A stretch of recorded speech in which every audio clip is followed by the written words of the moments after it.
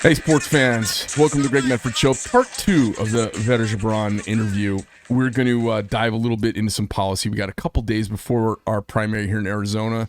We want to give a chance for Vera to be able to put the link out to the folks in her district, legislative district, LD4 in Phoenix, which runs from Camelback up to Pinnacle Peak Parkway from 16th Street approximately over the 101. So it's a good block of one of the most well-heeled zip codes in America, a couple of them actually, and it's an interesting block here in Arizona. It is more centrist. It spooks me out.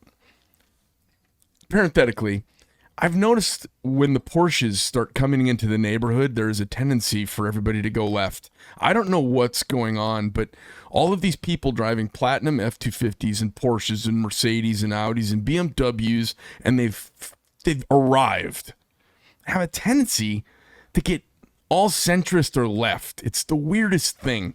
They've benefited on the teat of capitalism, and they fall off their goddamn reason and logic into liberalism. It's bananas to me.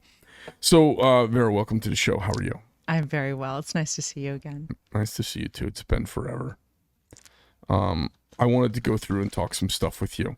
Now, I'm going to ask you some questions. Okay. And if you decide you want to drive and you've got a couple things you want to bring up, because I don't know everything that interests the folks that you're trying to get elected by. Necessarily, okay? But I can hit the big few pretty quickly. Fantastic. Let's come out of the gate. First of all, I just want to say very quickly, thank you for having me back. It's a pleasure to be here. I love being in your factory. It's fantastic. Well, thank you. And here we are diving right in, and I'm like all business. Last time I was like, oh my God, look at her. And then this time I'm like, all right, let's talk for real, okay? Perfect. So here we go. I know a lot of these positions. I was at the LD4 mixer yesterday, and I had candidates who didn't know that you and I were acquainted coming up and saying stuff to me that was, I thought, inaccurate. So interesting. Yeah. So, I play a neutral arbiter everywhere I go, unless I'm getting ready to drop a can of whoop ass on somebody. Talk to me a little bit about your political background personally, how you vote, where you've been voting, how long you've been registered to vote, who you voted for. Give me a little lay of the land. It's a fair question. People like to know data points of someone's past as they're trying to step in and get to know a new person and where they're headed. Cool. So I've always voted. You didn't expect that from me, did you? I did not, but it's great. I love the spontaneity. Like Julie Andrews said, let's start at the very beginning because it's a very good place to start. So go ahead.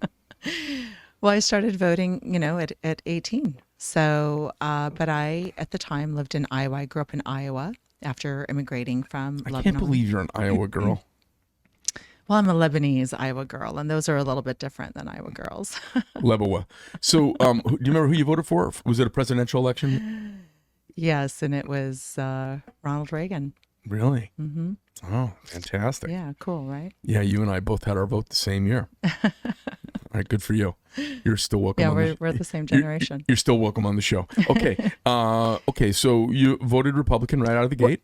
Well, I voted Republican, but from very early on, I was registered as independent because I, of course, being a logical person who prides herself on being an objectivist, I wanted a choice. I didn't want to affiliate strictly with one camp or the other. I wanted to evaluate the person, their character, and go according to the policies that they were presenting, not necessarily I'm, dead set in this camp, dead set in that camp. So I have actually been a registered independent the majority of my life, but the last, whatever decade or 15 years, I just have fallen away from having anything in common with the Democratic Party. And even within my Republican realm, I tend, toward being a libertarian because I really believe in the free enterprise aspect of our structure. So, so after Iowa, as you know from our previous interview, I lived abroad, and I never took expat status, but I was spending the majority of my time there. And then when I returned to the United States and to Arizona, I just moved into the Republican realm and registered Republican. How long have you been living in Scottsdale for? I've been Or here PV? since, yeah, I've been here since about 2014. So it's just a couple of a few cycles. So 8 years. Yeah, Yeah. Okay. And did you live here? You lived here before that, also, right? I did in the early 90s, but yeah, in the early 90s. And that was when you and your family kind of started the restaurant business. Correct. Right Cool, after cool. college. Right. And what'd you major in school? That I wasn't expecting. It was communications, public relations, and advertising. And I also did a minor in art history and a minor in philosophy and religion. Where'd you go to school? I went to a private women's college, Mary Baldwin, in Staunton, Virginia. Okay. It's no longer all female. Now it's a mix. Mm-hmm. So it was a liberal college. Liberal arts college. Yep. I did too for a while. Yeah. All right, cool. So now you get back here to Arizona, have kids and life turmoil and all of that stuff, and now life is kind of settled down, and you're decide you want to get into politics because you see the country going in the wrong direction, or that was my takeaway from our first chat. Yes, so that's very accurate. I do not come from a politicking background. No one in my family's ever been in politics. However, the work I did abroad laid out an opportunity for me to participate in a lot of diplomacy work. And so I acquired kind of an interesting skill set. So when things started to go southbound in my beautiful country, I thought that if I don't get involved and use my talent and my track record of success to the advantage of my state and my country, I'm kind of now contributing to the problem. And I was really at dis-ease with that thought. I bring a lot to the table, and I knew that I had to offer it to my state and my country out of gratitude for what it's given me. Okay. Let's talk some policy now. Okay. So what's the matter? Yes, sir. Well, they don't call it the Vera Gebran show, so here we go. You ready? Let's talk about, give me your 3 hot button issues that you think are the low-hanging big balloon fruit that everybody in your district is concerned the most about. Well, they don't articulate it in the polls. My takeaway from knocking on doors and having personal conversations with people, my takeaway from that is different than what everything is polling at. So what's polling top are immigration, the border, and second to that is education, and third is inflation. But what I've learned from having live conversations is that everybody is a little bit kind of upset, angry, perturbed, and frustrated with the government's overreach into our lives. So I don't know if when they're polling, if that's not one of the options. I don't think they're asking they're that. not asking. Yeah. But really, I believe that is the apex topic. Okay, federal intrusion. How about a couple of other topics that you think are kind of prime in the forefront of your electorate's mind? Well, definitely, immigration and the lack of security and education. Okay, so I wrote down my 3 to talk about with you today. Okay. So, wait a minute. Oh, you can't see. It says school, border, federal intrusion. Okay. So, I think these are the 3 big ones. I think that school and border have been crammed down our throats from the media, and I think they're real. But they've also been, that's an easy drum to beat. The federal overreach is a harder one to do in a 3-minute news segment or a 30-second news segment. So of the 3 at the state legislator level, which one do you think you can have the most impact in? I think it's the pushback. As you know, we've got more than 430 agencies, which I believe make up that 4th branch of government that is run by unelected officials who carry a tremendous amount of power. And I believe that these organizations have been the vehicle. So you're talking about the bureaucracies of the CDC, the Department of Education, and the other 430 of them. And I believe that that has been the vehicle that has ushered in the fascism that we are currently practicing in this country. And very frequently people dismiss that allocation because they associate fascism strictly with either totalitarian governments or communism, etc. But in reality, it's being practiced right here. And with these organizations playing the middle role between the citizen and the government, what they're doing is they're coercively controlling the population's behavior.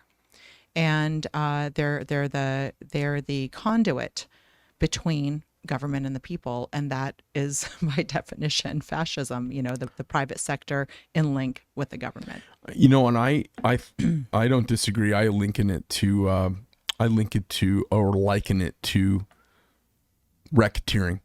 You see the old neighborhoods in the old big cities of America, like New York and Boston and Philadelphia, where safety was controlled by the very people who would injure you. So you would pay a monthly fee to the mafia so that they wouldn't burn down your store. That's how they kind of kept you. Now, they might break somebody's legs for shoplifting, but they were also part of the violence. And I see a violence of liberty that is being perpetrated upon the American people by the bureaucracy. It is a violence of liberty.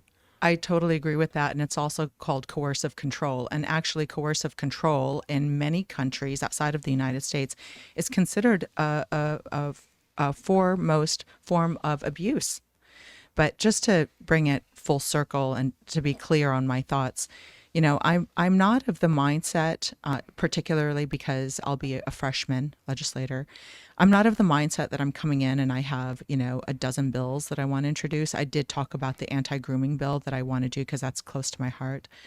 But I want to look at what's there and try to either dismantle or create less regulation, revisit some of the sitting bills and see how they can be reorganized and made more efficient. I don't believe that we need more regulation and more laws. I believe we need to take a look at what's there and streamline a little bit and try where we can to get the government to get out of our lives. So that's where I'd like to start.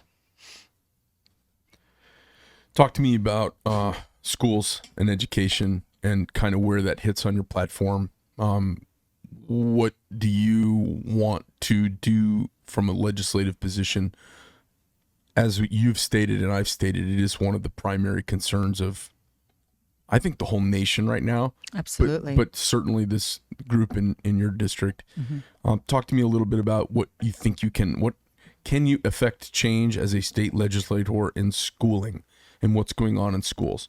We've got the assault of critical race theory by whatever name they're wanting to call it now. Correct. We've got, I don't know, I heard some number of how many superintendents of schools there were in the greater Phoenix area, all making $280,000 a year. Right. And it was like 80 of them or something. It was a bunch of them making, there's a lot of money in education and there's a lot of money not going to students. Correct.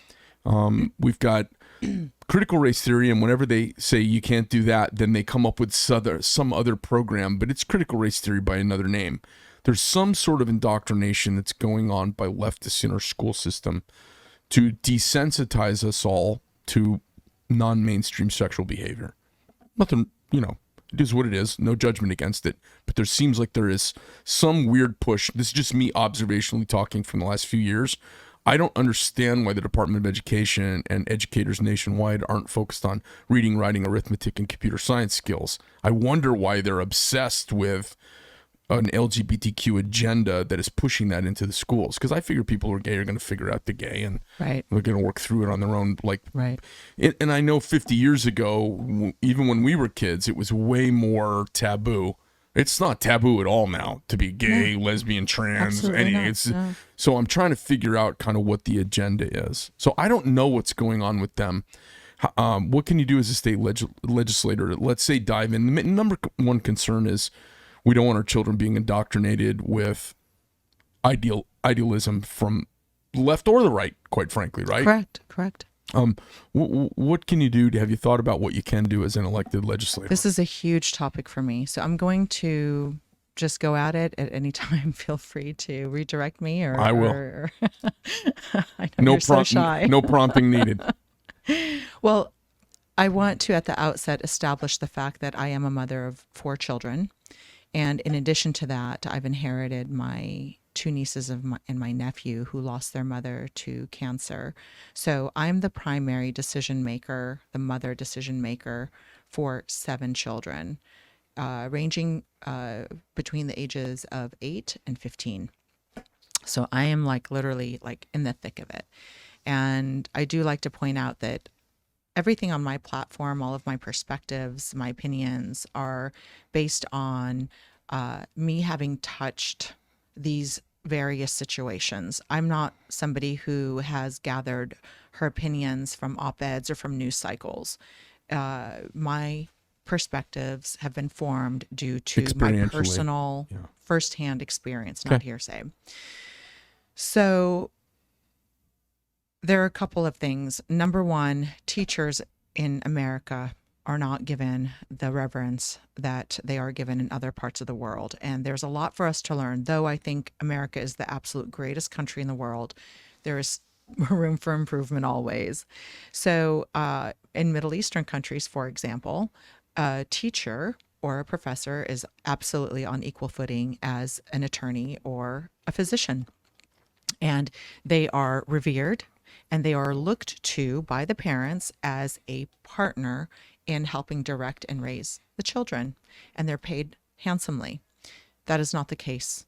That has not historically been the case in the United States.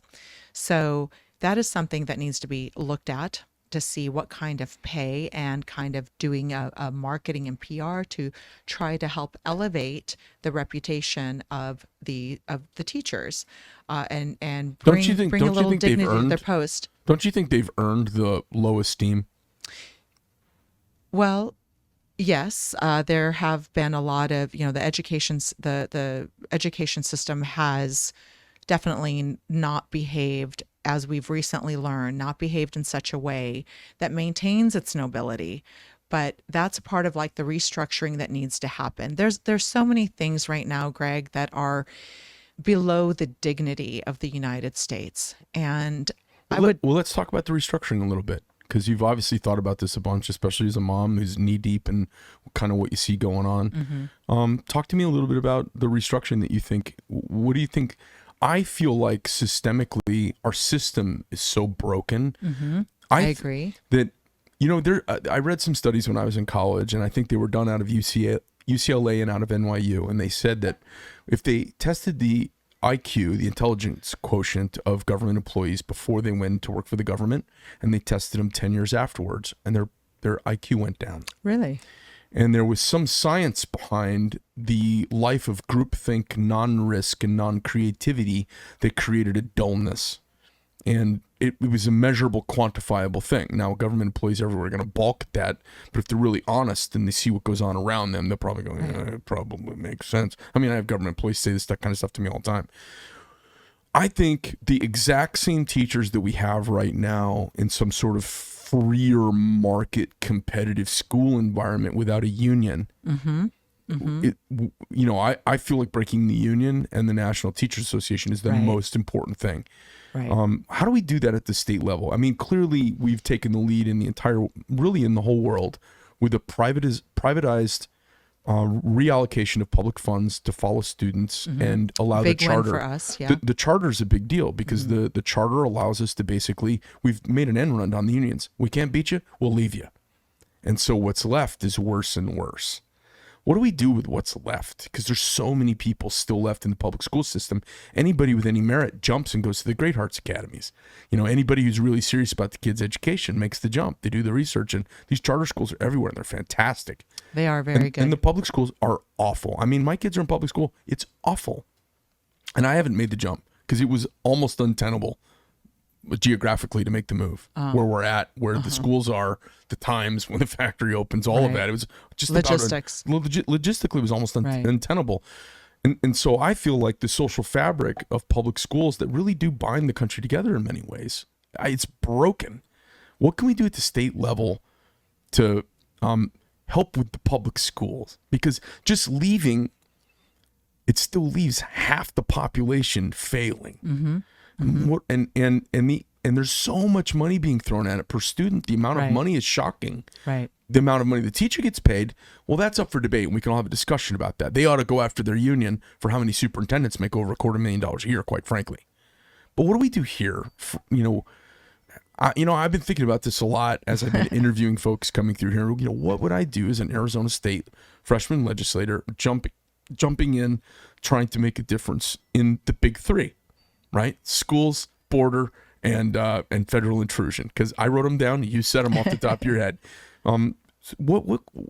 And I'm not, maybe you don't have an answer for this. No, Well, let me hear it. I've got some ideas. Okay. Well, first of all, I'm a student of the public school system. When I was a young girl, I attended public school in Iowa, and you remember the Iowa basic skills test, and they were fantastic public schools. You come from that generation. So there was a time when our public schools were totally sufficient and they were great. In my town of Cedar Rapids, Iowa, I think we only had like one or two private schools, and public school was spectacular. And there was dignity in being a teacher, and it took effort. So one of the things that I always like to address when the American school system is being attacked or denigrated, I do like to remind people that you spoke about the government employees who kind of become dull over time, right? Because they're kind of their tasks are limited and they're abbreviated for a reason. And there's no incentive to be creative, right? It's all risk. Right. I mean, this is your job description and you're only supposed to do these 3 or 4 things. And so there's no room for creativity or for innovation. But there's something very, very special about the American school system. And again, I'm speaking from experience. In many parts of the world, students are simply that. That's all they do. They're students. They memorize and they prepare for tests. And when they do well on tests, they get to elevate their family's reputation and they get to be celebrated. And wow, he got an A for memorizing 70 things, or, she got awarded for memorizing something. But when it comes to actually applying their knowledge, it's a different ball game. They're not trained like we are in the United States to be innovators. So the typical American student, whether they are in public school or whether they're in private school, are participating in quite a few things: music, sports, debate, so on and so forth. And so historically, the students that graduate from the American system are usually very engaging, well-rounded, innovative people. That's why when they walk into a boardroom anywhere in Asia, they command the room because they're pragmatic, they can go with the flow, they're great speakers, they're great presenters. That's not the type of citizen other parts of the world is creating. Yeah. They're not.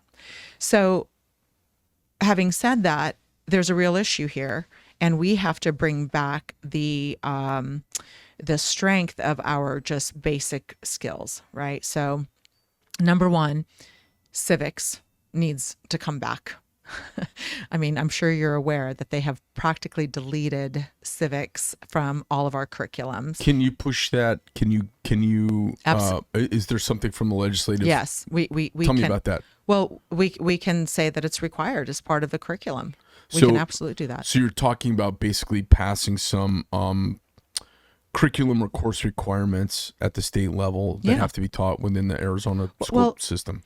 I mean, part of this is, as we spoke about before, Greg, this is like just a rat's nest. Everything needs to be dismantled. The reason why we're partly in this mess that we're in right now is because the millennial and Gen Z and others, not just limited to those 2 generations, the American citizen has forgotten the power of their American citizenship. Those 2 words together.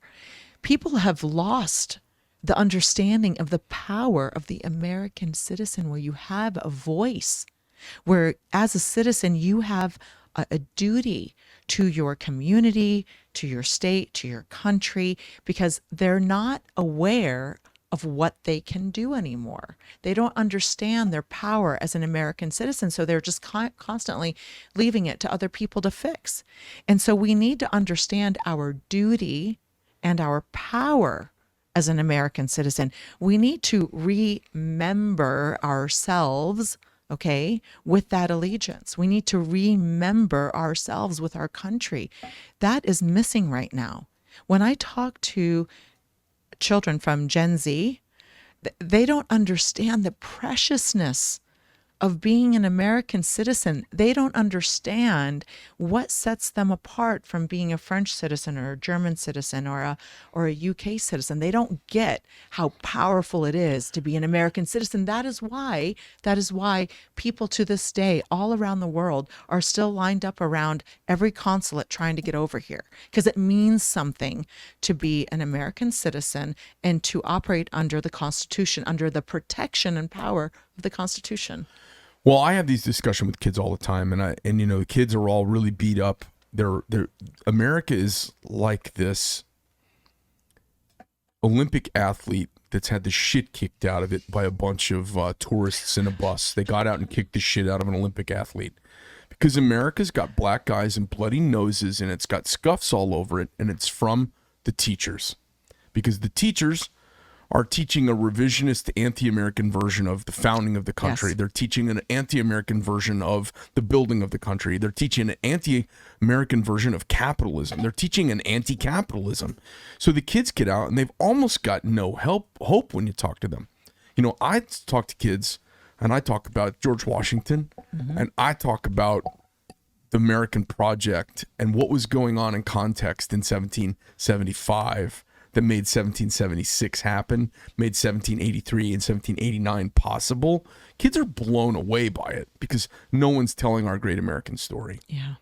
So at the state legislative level, I mean, so you want to either initiate or find some laws that are primarily crafted, but maybe it was the wrong time for them when they came up, and now they could be brought back to the forefront, polished up and run through. I think so.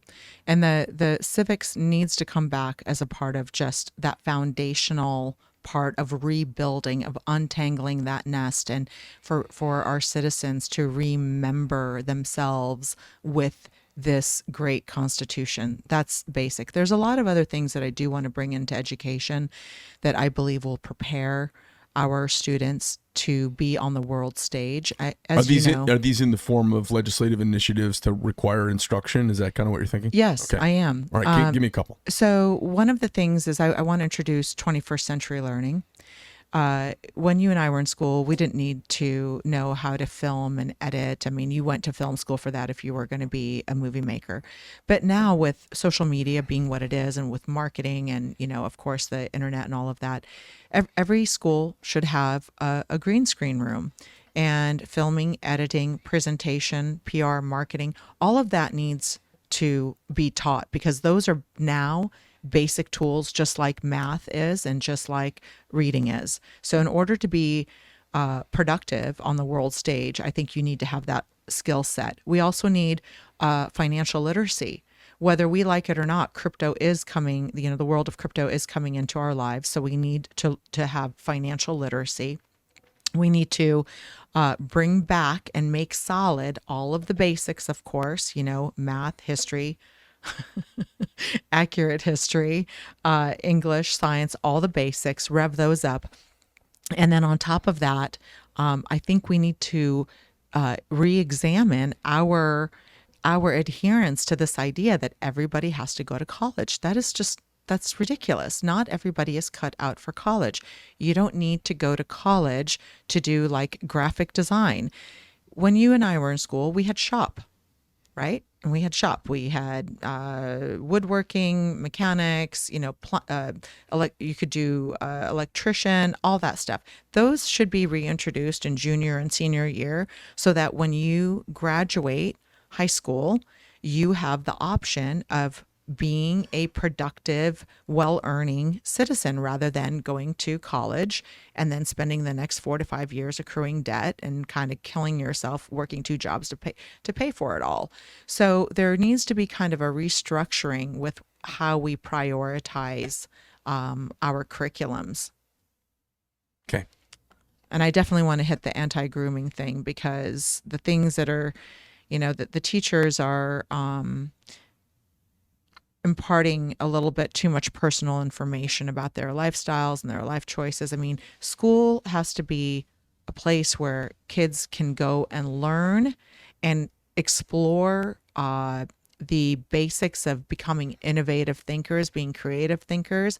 It's not a place for them to go and absorb the values of the people that are teaching them. That's the parents' job. Okay. Let's talk about the border. Okay. Everybody's worked up about the border. You hear it in every political gathering. You hear it on every Fox News story. You hear it on every, you see it all over Newsmax. You see all over the places where conservatives gather their news. You don't see it in the left mainstream media, the lamestream media. You don't see them talking about the border so much. We down here in a border state, it's a goddamn madhouse down here. So talk to me a little bit about, because we've got high school and college girls getting paid $2,000 to run down to the border in their Nissan Altima and pick up two Mexicans and bring them up to town. We've got, and I think you and I were at an event the other day where we saw a CBP guy show us pictures of Mexican guys with giant bales of drugs wrapped in plastic with straps on the outside, carrying them across the border. Yeah. This stuff is everywhere, and folks around the country don't get it. It's thousands and thousands of people roaming into the country, and a shockingly high percentage of people have bad intentions. If you're bringing drugs, I don't care if you're shooting people, you have bad intentions. You shouldn't be here. And there's a lot of that going on. The coyotes thing, that's almost a thing of the past now. I know, it seems mild now. It's the caravan thing, right? Right. And caravans and college kids getting paid $1,500 in cryptocurrency to go down there and pick Mexicans up and bring them to town. It's bananas. It is. So talk to me about what you think from a state legislator's position. What can you do to affect change in that area, which is a huge area of concern for the informed, and it should be a concern for the ignorant? So really, in this arena, my powers are limited. Technically, they're limited, but as you know, I'm running on a slate with Senator Nancy Bartow and former Representative Maria Sims, LD4 strong. And Senator Bartow has a little bit, more power than we do. But as a slate, we came up with these ideas. And actually, if you, I want to read it because I don't want to get a single word wrong. Because I'm responsible for my teammates. I don't want to mess it up. We have multiple points that we want to hit on the border. So we want to, first of all, appropriate additional funds to build the wall and increase border patrols and technology resources. We want to impose the Arizona constitutional ban on sanctuary cities. Prohibit state assets and facilities from housing illegal immigrants except to return them to their country of origin or for prosecution. We want to require law enforcement agencies to assist in identifying and apprehending illegal immigrants. Mandatory jail time for human smugglers. Increase state criminal trespassing penalties. Publish annual statistics. I think this is really great. Publish annual statistics on number of crimes committed by illegal immigrants to bring awareness to that. And impose a fentanyl tax on Chinese companies doing business with Arizona. So my teammates and I came up with that. And one of the things that I think I could be effective in is, as you know, part of the wall cannot be built because it's on the Tohono O'odham Nation's land. Thank you.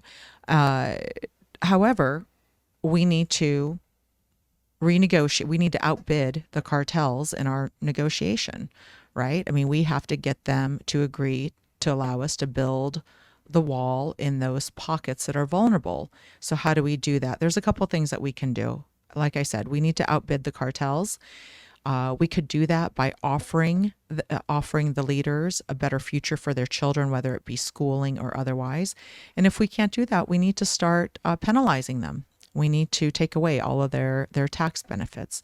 And I feel like I would be effective in being one of the team of people to negotiate that. I feel that's how I can contribute in that arena. Okay.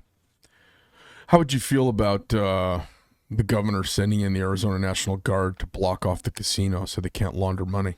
Yeah. Okay. Kind of, Absolutely. that's a baller move. Yeah, no, listen, we're in times when things like that need to happen. Mm-hmm. We have to stop being so correct all the time. Even if it gets shut down. The republic is at stake. Yeah. And we need to behave in that fashion. We have so much to lose. Greg, I've already lost my home once. I don't want to risk losing it again. I know what it's like to lose a home and what that means. And I wish I could let my constituents into my heart to feel what that's like. This is no joke. This is no joke. And big, bold moves need to happen. Yeah. And people, we don't have time for weak-kneed and spineless people. Yeah. This is not the time for nice guys. Okay? This is a time to really take bold action. It's one of the things is, as you've been going around and I know as I've been going around and listening to everybody talk in political circles in this cycle, is there's a big split in the Republican Party. You've got your mainstream Doug Ducey, some of the folks you're running against are very, very, I would consider very centrist mainstream conservatives. Like there's some value in that. And I don't think there's any value in being a centrist conservative because they Not end up, at this point in time, no. No, because their nice guy, get along, go along has gotten us where we are now. And I feel like, I'm a little flip about bringing out the National Guard and putting it around a casino and shutting a casino down. But I actually, even if that would not in the long term be a tenable legal thing, and I would force the feds to come in and have a conflict with the state, force them. Right. Because now what you do, you got to be willing to have the fight to expose everybody. That's what Trump was a master at. He's Right. like, no, I'm not backing down. I'll have the fight. Let's see who the dirty, rotten commies are that come out of the woodwork. Right. That's what I'd like to see. I'd like to see our leadership. Doug Ducey could have fought back against everything that happened at the national level the same way Ron DeSantis did. Why didn't he? Well, it's part of a larger picture. You mentioned the Get Along gang. We have, as citizens, lost our way in terms of the political class, right? People are coming into politics for a lifestyle and for a privilege and because, it's the tallest and brightest feather in their cap. That should not be so. It has fostered corruption, okay? And so everybody just, everybody's thinking in 2 and 4 year cycles. Nobody's thinking about the long-term well-being, the preservation of this great country, and so it's embedded in the corruption. That's what's wrong. Mm-hmm. We need people to come in who understand that you are here to serve and to be effective, and it is to be brief. And you should not be in this position if this is the tallest and brightest feather in your cap. Get out of the way, make room for people who have accomplished something in their life, who bring something to the table. This should not be a stepping stone. The well-being of the country should not be gambled on ever.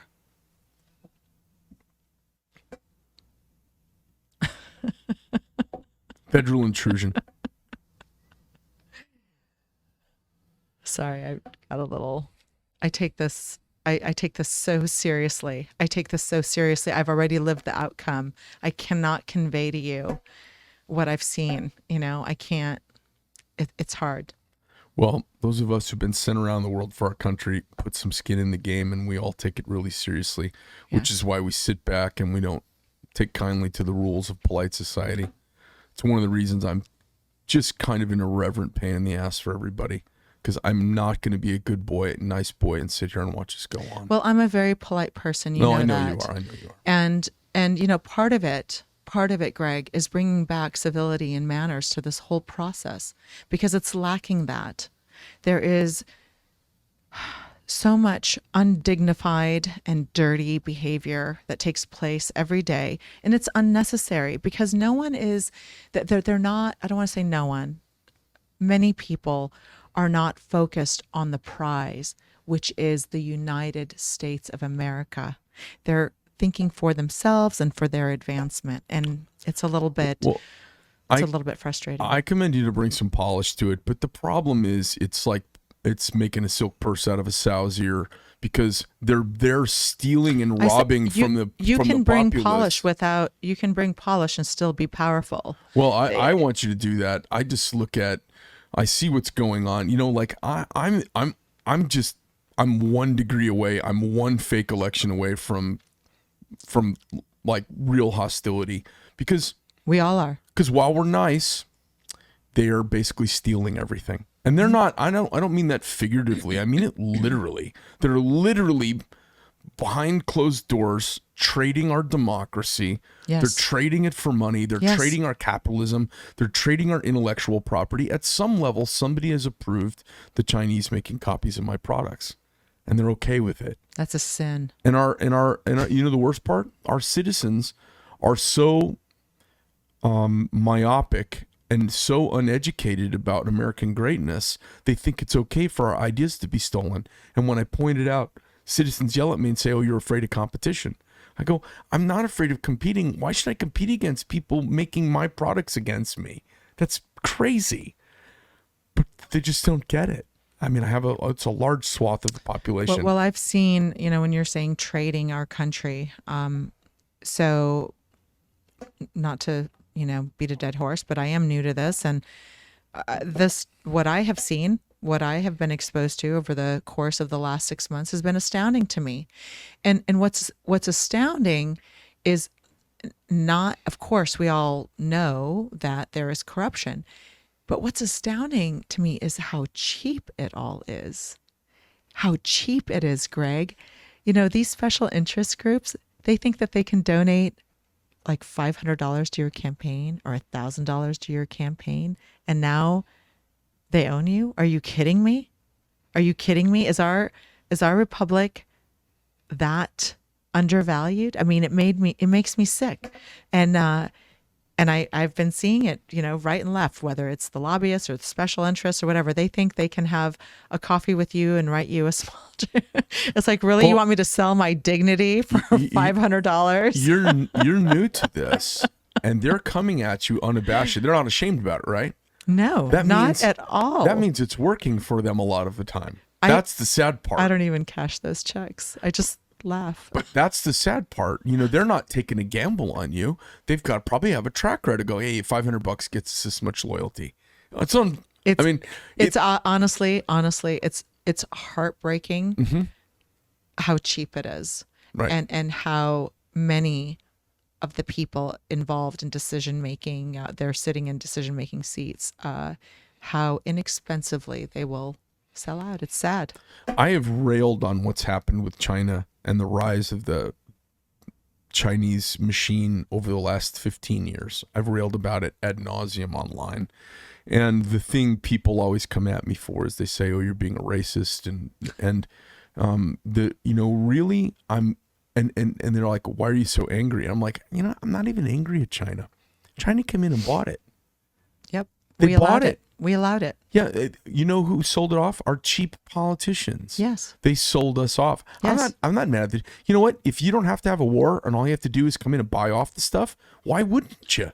Look, you've gotten to know me a little bit, and I always give credit where credit is due. And they've just they've out-strategized and outsmarted. You have to give them credit where credit is due. They understood. They figured out a long time ago that we're completely for sale. That if they can get American citizens to weaken themselves, to break themselves, then we're just making the job easier for them. So they've been great strategists. And the thing is, it's not like a game of Go. They just paid. Yeah. And they just paid. I'm always very truthful about my perspectives. I don't feel like I've got anything to lose because I have everything to lose. I get it. Okay. So whatever I say here or other interviews will probably be used against me. I really don't care. I really don't care. Let me talk about, I think that the issues you've just mentioned are almost insurmountable. And so I personally believe the Republic needs to be burned to the ground and rebuilt. Okay? It's just me. But and I think if you dive into schools, border, and federal intrusion, I think nothing's going to happen. Just to me, that's just my opinion.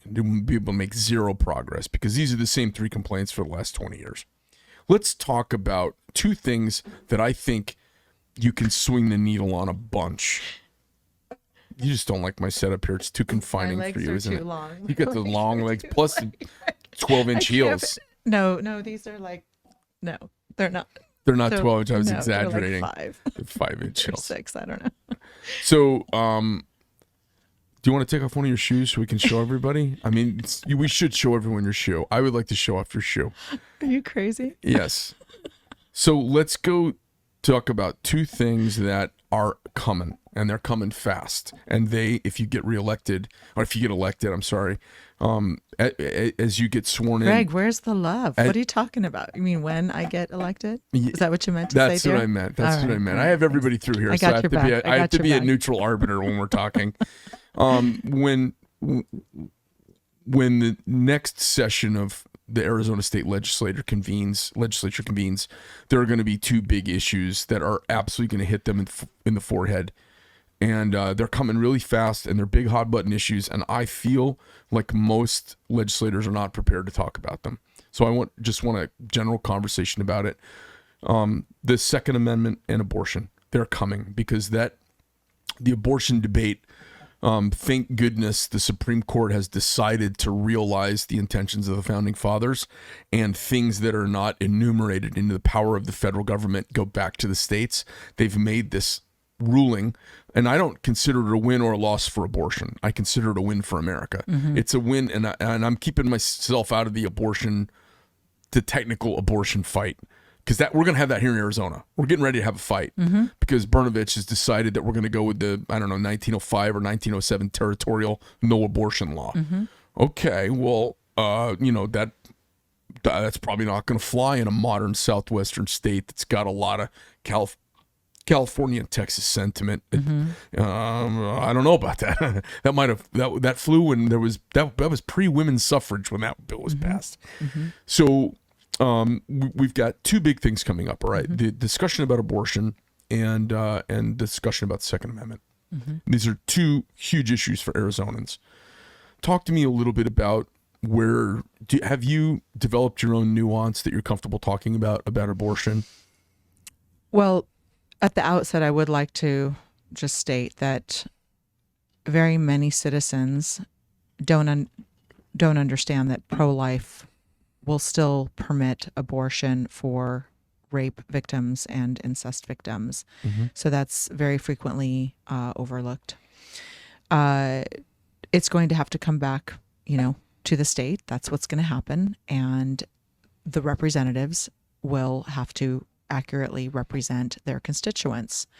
And whether that's no abortion whatsoever, or whether that's 6 weeks or 8 weeks, or we stick with the 15 weeks that on the bill that Senator Bartow championed, that remains to be seen. There's the entire discussion about the morning after pill, right? Mm-hmm. And because that actually prevents a heartbeat from developing. So it's also going to force people to look at men's contraceptions differently and create an opportunity for more exploration there. There's a lot. It's a loaded topic that kind of permeates into everything else somehow. It's extraordinary. Let me set the stage on it, because this is it doesn't matter what your opinions are on it. This is this is the debate that will be had, mm-hmm. and everybody's going to chicken shit around until they come up with and they're going to have to take a stand on it. And this is what's spooking people right now, and it's spooking politicians at every level, because we've all been able to put a stake in the ground because we haven't had to actually vote on it because it's been stolen from us for 50 years. And now the vote's getting ready to happen. And now it's not going to get overturned by the Supreme Court. It's going to be the law of the land. And you're getting ready to step into that breach. You know, we really have conception, the moment sperm hits egg, and we've got create the beginning nugget of life. Then we've got the heartbeat somewhere between 6 and 8 weeks. Then we've got the development of the central nervous system, 12, 15 weeks or so. And then we've got this kind of moving goalpost of viability as technology gets better, but say it's around 23 weeks or so, I believe. So we've got these different kind of lines in the sand at conception, heartbeat, nervous system, viability, birth. And everyone's going to, you know, in America has a tendency when you pull them away from their political affiliation and you ask them the question, America has a tendency to really talk about around the heartbeat and the central nervous system. 85% of all people polled are all within a couple weeks of each other. It's phenomenal when you present kind of the science of gestational development. People have a tendency to pick a spot that they feel is reasonable.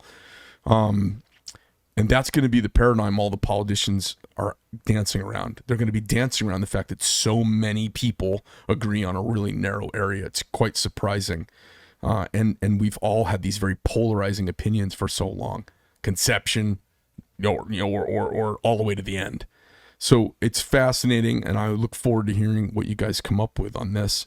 It's women making this call who are people of faith, who have daughters and have lived the female experience and been mothers, all weighing this out to come up with the decision. I think guys get a say in this also, unless somebody passes a bill that says guys aren't responsible for paying for anything. I think guys get a vote on this. And it's certainly the feeling of the vast majority of men I talk to, unless they're just chickens and they go, oh no, that's a girl thing, I don't talk about it. I don't think anybody says that anymore.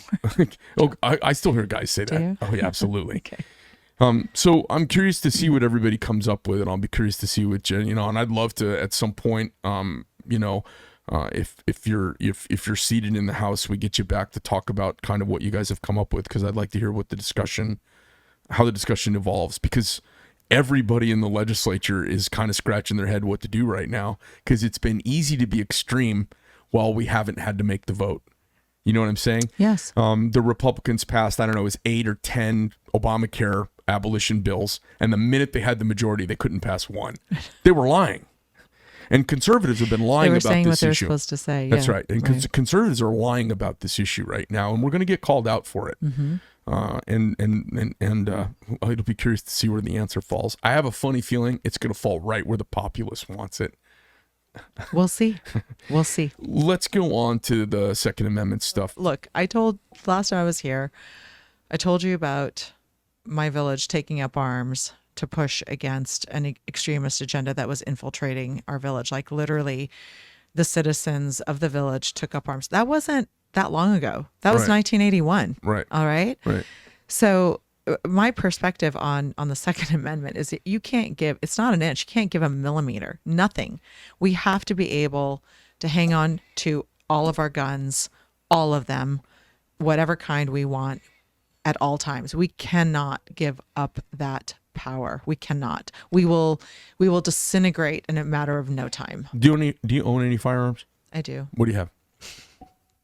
Do I have to say? Yeah. Well, yeah, you have to. No, tell us what you have. You don't have to tell us where it's at. In my nightstand, what I keep next to me is a .357 Magnum. Okay, that's a great safe home defense weapon. Yeah. Do you have any others, or are you a one pistol gal? Nope, I've got a few. Oh yeah. What else you got? You got any rifles? Yeah, I'm well equipped. Okay. Spoken like a true spoken like a true end of dayers. Well, you just can't. What's that?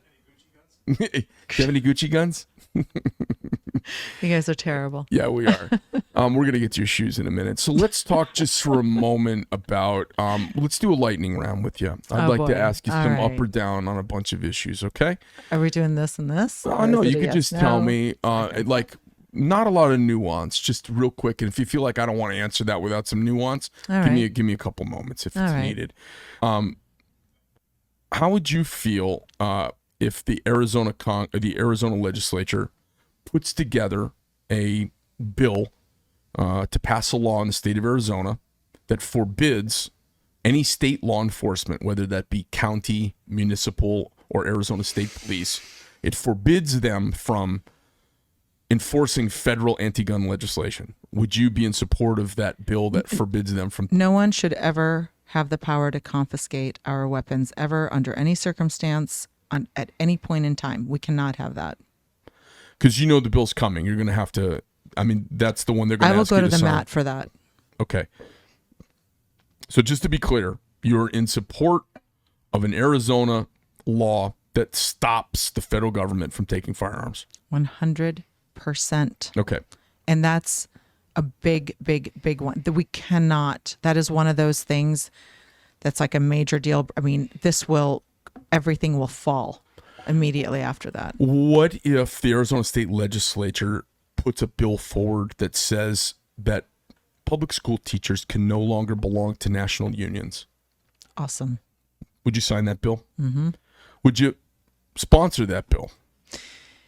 So, the sponsoring of new bills as a freshman, I think it might be a little bit arrogant because I don't have those relationships yet. I may like co-sponsor or, I need to, as you know, Greg, part of success is kind of evaluating the terrain and then managing your expectations and being strategic about that kind of thing. So I would have to look at the feasibility of me introducing a bill like that. It just needs to be evaluated. But yes, I'm in support of that. Okay. I may not be the best person for that, but I would support it. Well, if I live in your district and I vote for you, I want you to go make allegiances with the Nancy Bartos in the Senate and the other people and friends with Carrie Lake, so that maybe you could snag onto a bill that's 3/4 written or was turned down 5 years ago, spark that back to life, use one of the more senior legislators. And that's what I was talking about earlier, is taking a look at what we've got, where we're at, seeing how we can streamline. And when I say that there may be somebody who's better suited, may already have a great track record with that, and I can assist. Or they came up too short. So there's, a part of being an effective person is understanding your own limitations and being objective enough and taking your ego out of it so that you can really evaluate what value you're adding to an initiative. So I don't make decisions this big and this serious from a place of arrogance. I take my ego out of it and I look at it. I look at the variables very objectively. So I go through that process with everything. Where's the money going to come from to finish the border wall? If we pass state law saying it needs to happen, where do you think the money comes from? Right now, we have a $5 billion surplus. Right now. So you'd like to pull it out and just get it done? Yeah. Do it for the nation. Do it for Arizona. This is. It's COVID money, anyways, as you well know. It's this is one of those. We are in danger of this country being completely reshaped. It's not okay. This is the time to use that money. This is the time. Okay. Talk to me a little bit about some of the big projects that are being jammed up right now in Arizona. We've got huge mining projects that are multi-billion-dollar mining projects that have been jammed up by the EPA. Out protecting hunks of dry pancake desert in the middle of nowhere that no one lives by, that nobody in this country would ever want to live in, practically. Mm-hmm.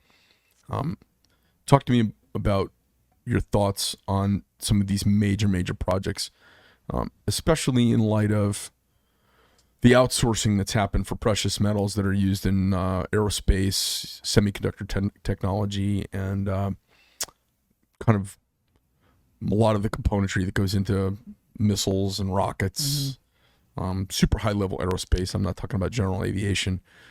A lot of these rare and precious metals we have an abundance of here in Arizona. We sure do. And me personally, as a capitalist, when I look at this nation and its bounty that has just ended up under our feet, us not using it is... it's reckless. Well, it's almost an abuse of other people. We don't want that to do that on our land, but we'll let you do it to your land and we'll buy it from you. It's an outsourcing of ethics. I feel like we can mine well here. Absolutely. And we should do it here. And so I'm 100% in support of that and becoming independent and becoming wealthy from those natural resources that we're literally, like you said, standing on. This is not an arena that's very super familiar to me, and I am learning. I'm getting together with people who I'm learning from and kind of understanding the dynamics of it all. But I'm 100% in support of exploring what are options here, understanding our resources, the kind of prosperity, and also independence that it'll afford us. And I think it's a national security issue. I'm like, it is. No, I know for a fact we can do big mining and we can do it very clean for the environment. And, we're not Connecticut and Massachusetts that are getting lots of rain all the time, washing stuff everywhere. You dump a pound of metal shavings out in the desert here in Arizona, it's going to be there in 150 years. You could park an airplane out here out in the desert. It doesn't change for a century. There's no moisture, nothing being carried away anywhere else. It's not like we've got all these little streams and rivers and tributaries blending everything together, right? Yes. I feel like even if it does pollute a little bit, it's a national security interest. Got to do it. Yeah, the risk reward. Yeah, absolutely. Yeah. We can do that. We've got. But I think it's just a fascinating topic, and I have been meeting with some very interesting people, and I'm learning, but not enough to have an articulated opinion on. The congressmen from those areas who, as you go out into the rural part of Arizona, there's a lot of poor. There's a lot of less than. And those areas where those mines would instantly be jolted into the upper middle class. Isn't that wonderful?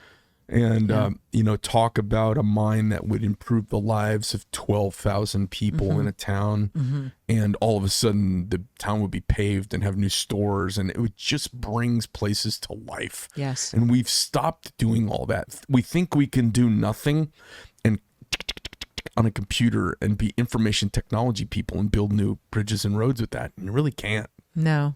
It's not sustainable. You got to make stuff. Yeah, you got to make stuff, and I'm not certain why, kind of like the PR and marketing that goes around physical labor and how somehow that has been degraded. I don't understand that. My father, when we immigrated to this country, worked in a factory and used his hands. He was painting John Deere equipment.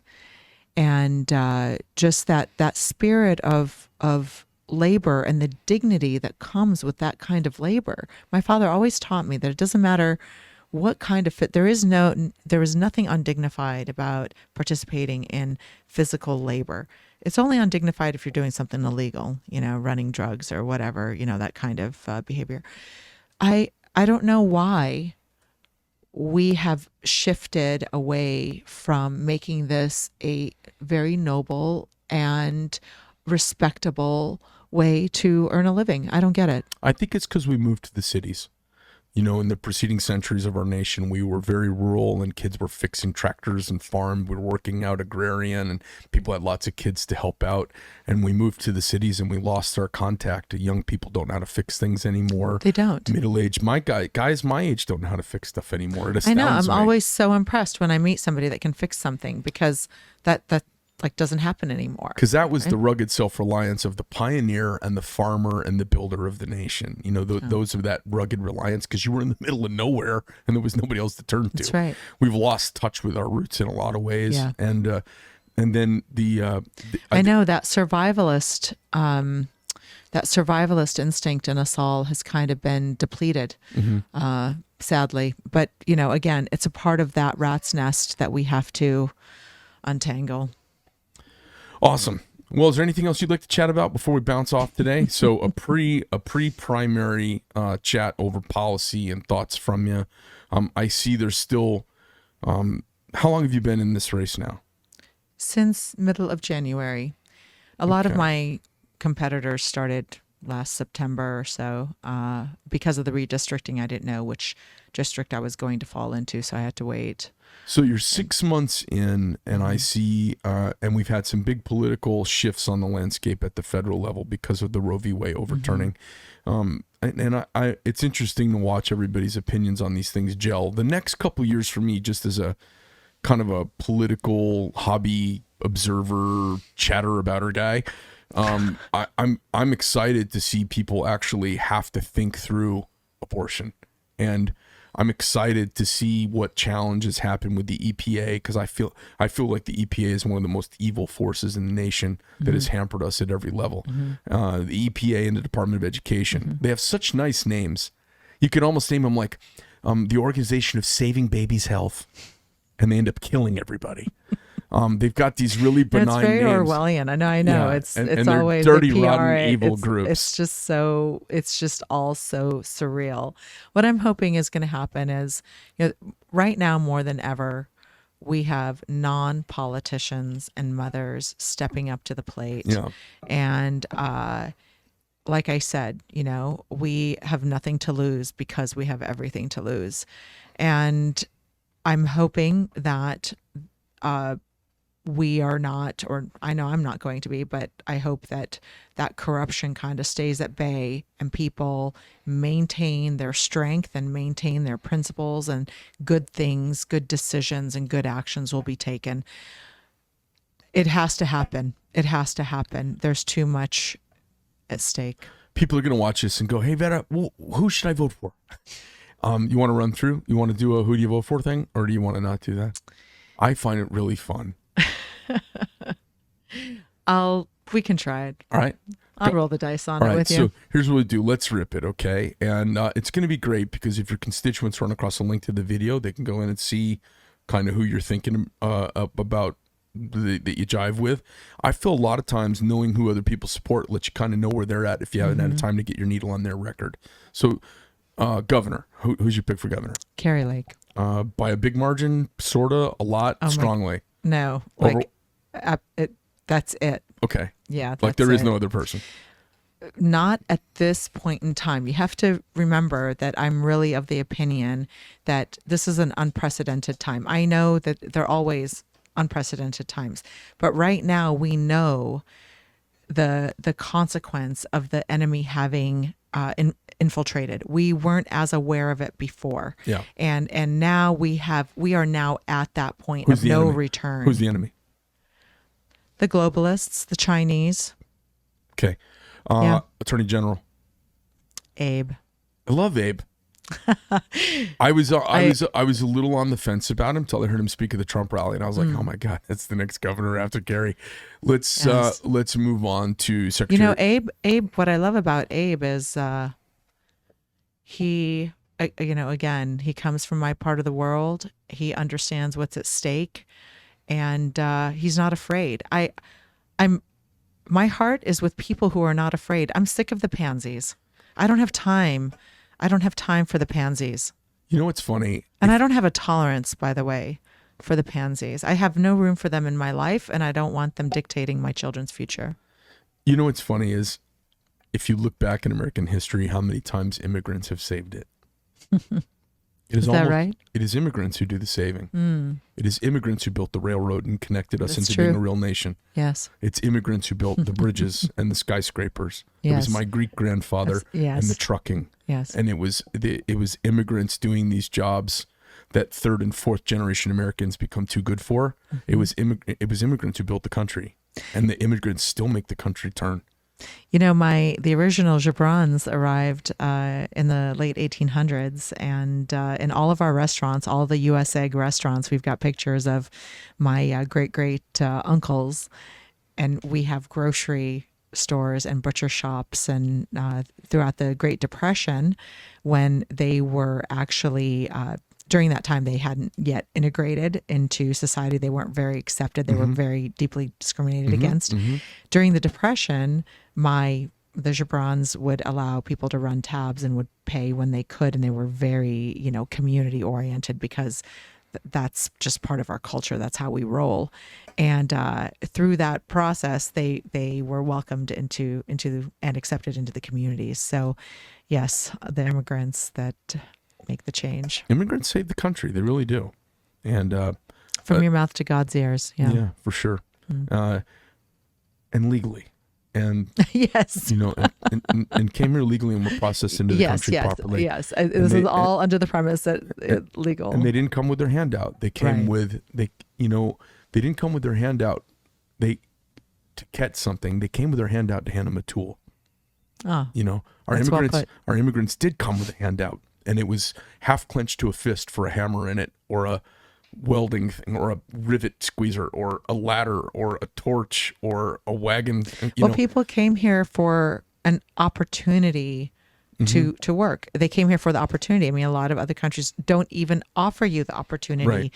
to work. And in Right. so many countries, you do work hard and make nothing. Right. Here, it's just, it's free enterprise. What could be more beautiful than fulfilling the potential that God has allocated to you? Nothing is more beautiful than discovering that about yourself. And only this great country allows for it. Well, thanks for coming on the show a second time. It's my pleasure. After you're in the legislature, we will get a chance to we're going to sit and talk Such a with quick you. learner. We're going to sit and talk with you about how some of these big issues that are coming up. I mean, I want to hear it first. I don't want to hear about what you think when it's in a bill after the fact. As folks, I grew up in your neighborhood. I want to hear what you think about this stuff before the bill gets passed. It'd be a pleasure. Awesome. Thanks for Always. coming in. Hey, sports fans, third leg of the milk stool, the American free press. If you didn't need a press in 1775, everybody would have been doing a podcast talking about liberty. But you needed a press because there wasn't an internet, and there wasn't a airwaves, and there wasn't a TV, and there wasn't a radio. The only thing you could do was have a press in a little shop, printing up one-page newspapers and sending them around. And people were using fake names. George Washington, Thomas Jefferson, John Adams. They were all writing these amazing pieces of thinking on the free market, and they had to put fake names on them because they were so worried about being oppressed. And these days, everybody knows who we are. We can't put fake names on anything. Unless you're on Instagram or YouTube and you're a total chicken shit. People know who we are, and what they do is they shut down truth and they shut down ideas that are not part of the groupthink. And the groupthink, if we are real honest with ourselves, the groupthink is what allowed Hitler to round up 6 million Jews and 6 million gypsies, political dissidents, and religious figures that he wanted dead, and allowed Nazi Germany to kill 12 million people. Groupthink is the most dangerous thing there is.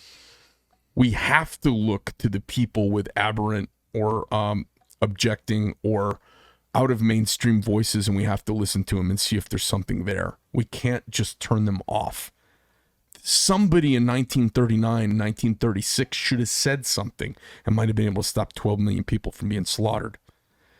And that's what we can't allow to have happen here. And if you would have said in 1933, if you were a German intellectual and you said we're going to kill 12 million people in the next decade, everybody would have laughed at you. Except it happened. And people say, oh, well, that'll never happen again. It'll absolutely happen again. It's just a matter of time. And the one thing we can all do is get together and talk about and defend our ideas, because the battlefront now really, as we've seen with the Chinese and how they've worked their way into America, the battlefront is not necessarily bullets. The battlefront is the marketplace of our ideas and our morality. And our morality is decayed enough that our elected people have sold us off right in front of our very eyes. So we have to be here saying this. It's the only thing I know how to do. Thanks for joining us. It's the Greg Medford Show. Check us out, iTunes, Spotify, and Rumble, and we'll be here doing this chat. And you can also vote Vera. Go to votevera.com. Is that what you were going to say? Yes. And by the way, I'm running for the State House in LD4. Oh, yeah. Votevera.com. We're going to put that graphic on the screen. Don't worry. VoteVera.com. I'm endorsed by the most conservative in the game, cap action. And all right, sports fans, that's your show. Greg Medford from the Greg Medford Show. I'm out.